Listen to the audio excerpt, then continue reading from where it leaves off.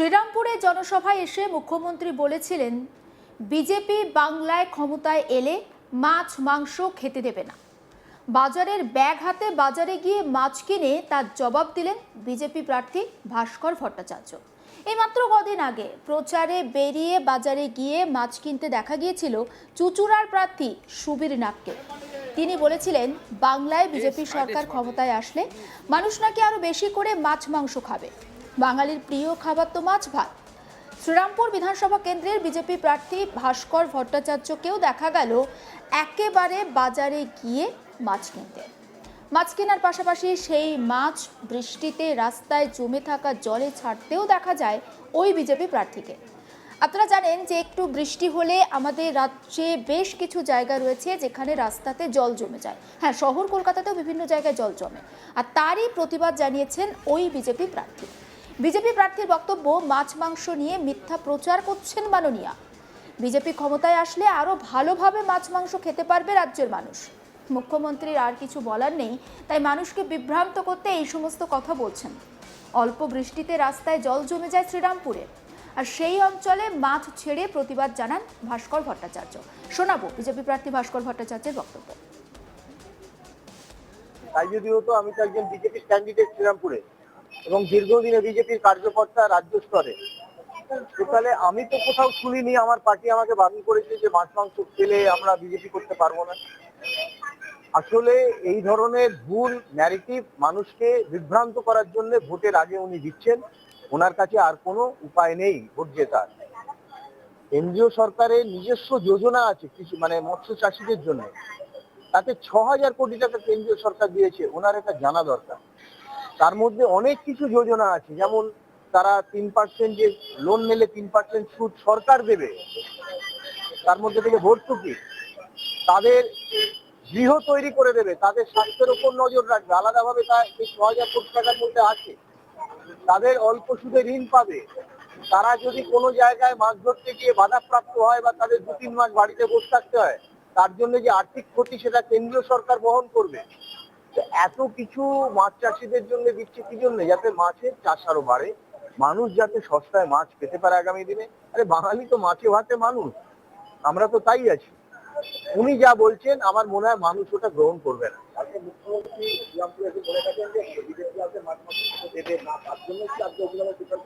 না, প্রচারের জন্য ঠিক বেরোইনি আমি আমার বাড়িতে মাছের দরকার ছিল, সেই জন্য আমি মাছটা কিনতে বেরিয়েছি। আমি দেখলাম যে সবাই এখানে এসে গেছে, আর আমার সঙ্গে তো কোনো সিকিউরিটি নিইনি, আমার কোনো সিকিউরিটি নেই। আমার কাছে পুলিশ প্রশাসন সিকিউরিটি পাঠিয়েছিল, আমি তাদের প্রত্যাখ্যান করেছি। আর এখানে দেখলাম যে জলের অবস্থা, বৃষ্টি হয়েছে, মুখ্যমন্ত্রীর উচিত এইসব জায়গায় এসে একবার দেখা এবং মিউনিসিপ্যালিটি চেয়ারম্যানকে বলা যে আপনারা কি করছেন এখানে, এইটুকু জলেতে এইটুকু বৃষ্টিতে এতটা জল জমে গেল। আমি বাধ্য হলাম ওখানে মাছ ছাড়তে। এই প্রসঙ্গে হুগলি শ্রীরামপুর সাংগঠনিক জেলা যুব তৃণমূল কংগ্রেসের সভানেত্রী প্রিয়াঙ্কা অধিকারী তিনি বলেন, শ্রীরামপুরের প্রার্থী ভাস্কর বাবু জানেন না বৃষ্টি থামার সঙ্গে সঙ্গে জলও নেমে গিয়েছে। একবার শোনাবো তৃণমূল প্রার্থীর বক্তব্য। শুনলাম ভাস্কর বাবু শ্রীরামপুরের বৃষ্টির জল যে জমেছে রাস্তায়, সেই জলে উনি মাছ ছেড়েছেন। তো উনি একটু খোঁজ নিয়ে দেখুন, বৃষ্টি থামার সাথে সাথে সেই জলও নেমে গেছে। শুধু যেই মাছগুলো ছেড়েছিল তাদের রাজনীতির স্বার্থে সেই মাছগুলো জলের অভাবে মারা গেছে। এবং এই ঘোলা জলে মাছ ধরা তাদের অভ্যেস। যারা বলে পশ্চিমবঙ্গে মাছ মাংস খাওয়া নিষেধ, তারা আজকে মাছের রাজনীতি করছে। ৪ঠা মে তাদের মাছ ভাজা খাইয়ে যেখানে পাঠাবো, আর 15 দিনের জন্য তাদের যে নেতা আসছেন, তাদের যে দিল্লির মোটা ভাই আসছেন, তাকেও মাছ ভাজা খাইয়ে দিল্লি পাঠিয়ে দেবো। গোটা বিষয়টা নিয়ে আমার কলিগ পার্থ রাহা তার রিপোর্টে ঠিক কি তুলে ধরেছেন আসুন দেখায়। ভোট প্রচারে বেরিয়ে এক এক প্রার্থী এক এক পথ অবলম্বন করছেন। আবার কোনো কোনো প্রার্থীকে দেখা যাচ্ছে রাজ্য সরকারের ব্যর্থতাকে তুলে ধরতে। শ্রীরামপুরের প্রার্থী ভাস্কর ভট্টাচার্য, তিনি বিজেপি থেকে এবার প্রার্থী হয়েছেন। তিনি প্রচারে বেরিয়েছিলেন, বাজারে ব্যাগ হাতে তিনি যান, বাজারে মাছ কেনেন, কিন্তু সেই মাছ আবার তিনি ছেড়ে দেন যে রাস্তায় জমে থাকা জলে। তিনি এটা দাবি করছেন বেহাল নিকাশির ব্যবস্থা, তাই অল্প বৃষ্টিতেই রাস্তায় জমা জল দাঁড়িয়ে যাচ্ছে, আর তাতে ভোগান্তি হচ্ছে সাধারণ মানুষের। নিকাশি ব্যবস্থা ভালো নয় শ্রীরামপুরে, তাই তিনি যে রাস্তায় জমে থাকা জল, সেই জমা জলে মাছ ছেড়ে প্রতিবাদ জানাচ্ছেন। এর আগে আমরা দেখেছি এক এক প্রার্থীকে এক এক পথ অবলম্বন করতে, কেউ রান্না করছে, কেউ মশলা বাটছে, কেউ আবার রাজমিস্ত্রি জোগাড়ের কাজ করছে। আবার সেরকমই কিন্তু অন্যদিকে হুগলির আরামবাগে দেখা গিয়েছিল, আরামবাগে যিনি সিপিআইএম প্রার্থী তাকে দেখা গিয়েছিল আরামবাগ মেডিকেল কলেজের সামনে জমে থাকা জল বালতি হাতে করে সেই জল ছেঁচতে। এবার সেই জমে থাকা জলেই মাছ ছেড়ে প্রতিবাদ জানালেন শ্রীরামপুরের প্রার্থী ভাস্কর ভট্টাচার্য। তিনি বলেন, বেহাল নিকাশির ব্যবস্থা কবে ঠিক হবে তা কেউ জানে না। শুধু শ্রীরামপুর নয়, সারা রাজ্য জুড়েই রয়েছে এই বেহাল নিকাশি ব্যবস্থা। সরকারের এই ব্যর্থতাকেই তিনি তুলে ধরেন এদিন। পাশাপাশি তিনি মাছ কিনে বলেন যে গতকাল যে মুখ্যমন্ত্রী এসেছিলেন শ্রীরামপুরে, সেখানে তিনি মুখ্যমন্ত্রী বলেছেন যে বিজেপি বাংলায় আসলে মাছ মাংস বন্ধ করে দেবে। এই যে তথ্য, এই তথ্য ভুল।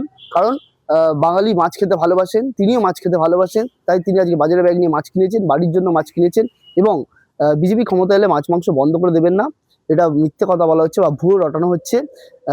মাছ মাংস বাঙালির প্রিয় খাবার, তাই মাছে ভাতে বাঙালি সবসময়ই মাছ ভাত খাবেন।